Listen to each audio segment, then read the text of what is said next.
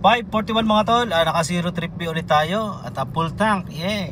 At meron tayong first booking, 2.2 km at 12 minutes ang itatagal niya. Bali 576 po sa akin naka-cash. Tapos papunta siya ng Malate mga tol, sa may Quirino Avenue sa Maynila. Good morning sa inyo mga tol, samahan nyo nga pala ako ngayong araw ng Huwebes. Babakbak ulit tayo ngayon, medyo maaga tayo bumiyahe ngayon, 5. Pero mag-alas 6 na rin ito kasi pipick up pa tayo ng pasahero. Medyo malayo yung pick up mga tol, nasa 12 minutes pero inaabot yan minsan ng 15 minutes. Depende sa kondisyon ng traffic mga tol. So ayan, sabihin na lang natin is, alam niyo mga tol dito sa sa Grab, pagka alas 6, mataas pa ang pamasahe. Opo, pagka alas 5, medyo mababa pa. Kaya kung mapapansin niyo sa mga dati kong vlog, kapag alas 6, alas 7, ang taas ng pamasahe mga tol.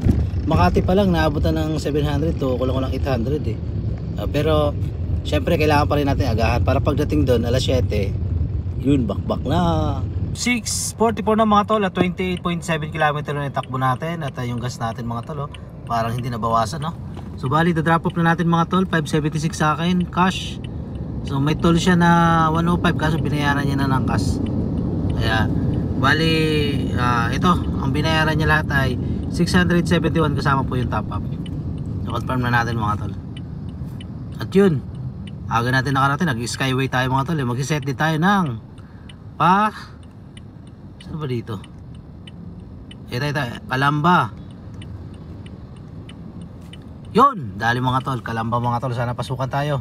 Dito tayo ngayon sa Malate, sa may dito sa Quirino Avenue mga tol. Nagbabatay ng pasahero dito sa may Maynila.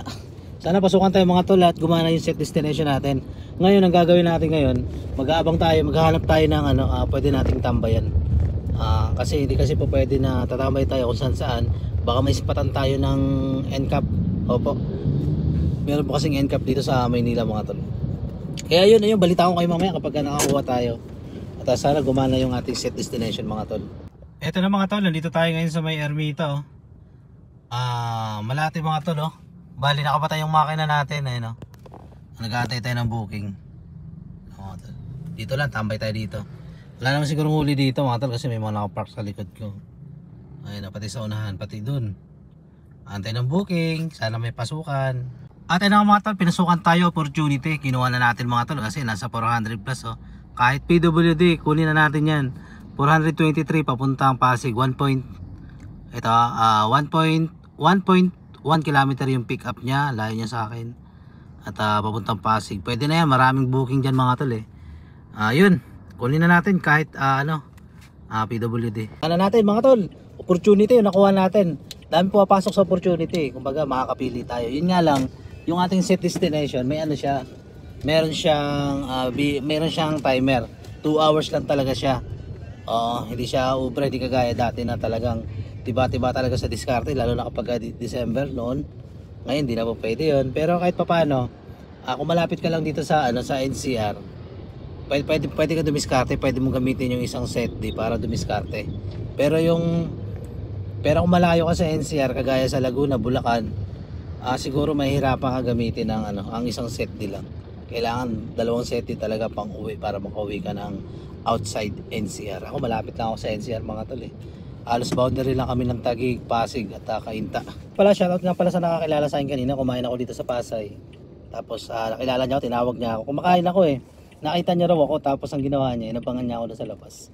Tapos tinawag niya ako. Sabi niya, Tong Bits. So shoutout sa'yo tol. Ito yung namin, usapan namin kanina. Shoutout ko siya Shoutout kay Master Tong Bits, nakita ko sa dito. Shoutout sa sasama ko yan, sa kay Rizela. Yun lang po. 153 na mga tol at ang naitakbo na natin ay nasa 108 km na mga tol. Yung nabawas na gas natin medyo malakas kasi naipit tayo sa traffic. Ngayon mga tol, andito tayo ngayon sa Tondo at kinita na natin ay nasa 2,623 mga tol. So bali 8 booking lang. Ayan, abang-abang tayo mga tol. Ayan na mga tol, nakakuha na tayo papuntang Makati. Ayan 257 sa akin, naka PWD student at senior. Dito Makati mga tol, sakto. Pinasukan tayo kanina paano Balitches. Kinansel ko mga tol, baka abutin ako, gagabihin ako doon matraffic doon sa Camarin kapag inabot tayo ng hapon doon. So ngayon ang gagawin natin mga tol, pagdating sa Makati, magsiset din na tayo, kaya papatay na natin yung toggle off. Yan, pinatay natin yan para hindi na tayo mapasukan ng ibang booking. Pagdating doon, magsiset din na tayo at uwi na tayo. Punta na natin ang ating passengers. Yun, punta na natin ating passengers mga tol, papunta Makati. So napapansin nyo kanina, nag-toggle off tayo. Tinagil off natin para hindi tayo mapasukan ng booking na hindi pa uwi.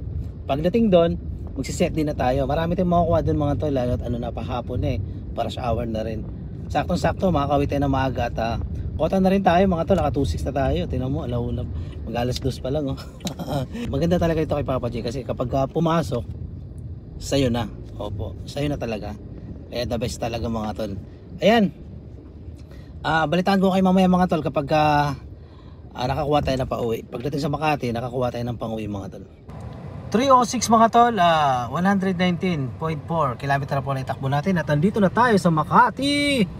At ito na, set din na tayo mga tol pauwi. Yun, set din na.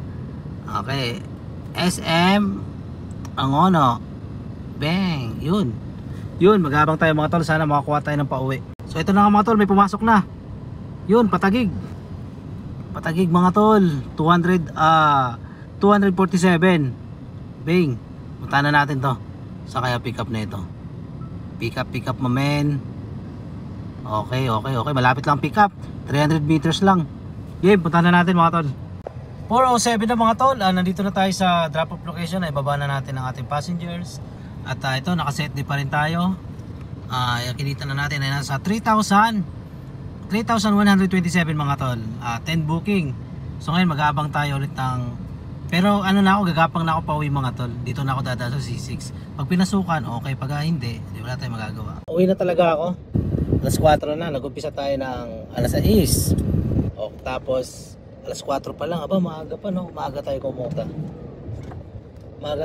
mga tol.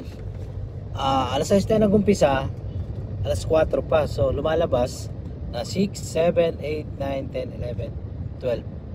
Alauna, alas 2, alas 3, alas 4. 10 hours tayo bumabiyahe mga tol. So ngayon titingnan natin kung magpapagas muna tayo. Pauwi na tayo mga tol, siguro nasa mga 30 minutes o 40 minutes pa uwi. Kasi yung madadaanan natin talagang matraffic. So balitaan ko kayo mga tol kung magkano yung magiging gas natin at magiging savings natin ngayong araw ng Huwebes.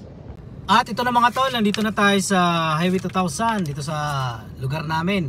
Alas 5 na at 143.7 ang ating itakbo at full tank again. At bali ito yung kinita natin mga tol, 3,127. At ito yung gas natin mga tol. Yun, Uni Oil pa rin, paboritong kargahan natin. Bali 949 po lahat ang naigas natin. At ang binayaran na lang natin na ito 774 dahil meron tayong 92.4. Meron tayong discount na 73 pesos mga tol. Ito yung discount pala. Tapos ang binayaran na lang natin mula 949 ay 867.45 na lang mga tol. So ito na ngayon, kukuwentahin na natin. Kuwentahin na natin mga tol. Sige. Ito na. Ayan, kinita natin 1,127 okay. 1,127. Ayan. Ay hindi 3,000 pala. 3,127 mga tol. Ang kinita natin, i-minus natin yung sasakyan.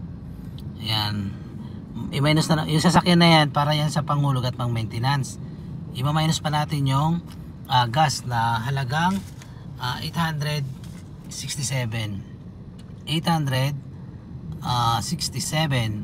Tapos i-minus na naman natin ang para sa bahay budget. So meron pa rin tayong 760 mga tol na kahit pa paano na natin savings natin mga tol. Kumbaga naibigay na natin yung mga pangangailangan sa sasakyan, pangangailangan sa bahay. Okay, kahit pa paano mga tol, na tayo, kumbaga panalo pa rin mga tol kahit pa paano. Tingnan mo naman 10 hours lang tayo bumiyahe ngayong araw na to. Pero naibigay na natin lahat at meron na tayong savings na 760. Yung 760 na yan, yan yung magiging savings natin at magiging silbing kapag ka nagkaroon ng kalamidad ulit at hindi tayo makabiyahe, meron tayong madudukot mga tol pang emergency. 760, malaking bagay na rin yan. Para ka na rin nag-opisina niyan. So ayun lang mga tol, maraming salamat sa inyo. At pauwi na po ako. Salamat sa mga panonood at subscriber ko dyan. I love you sa inyo. Maraming salamat. Thanks for watching.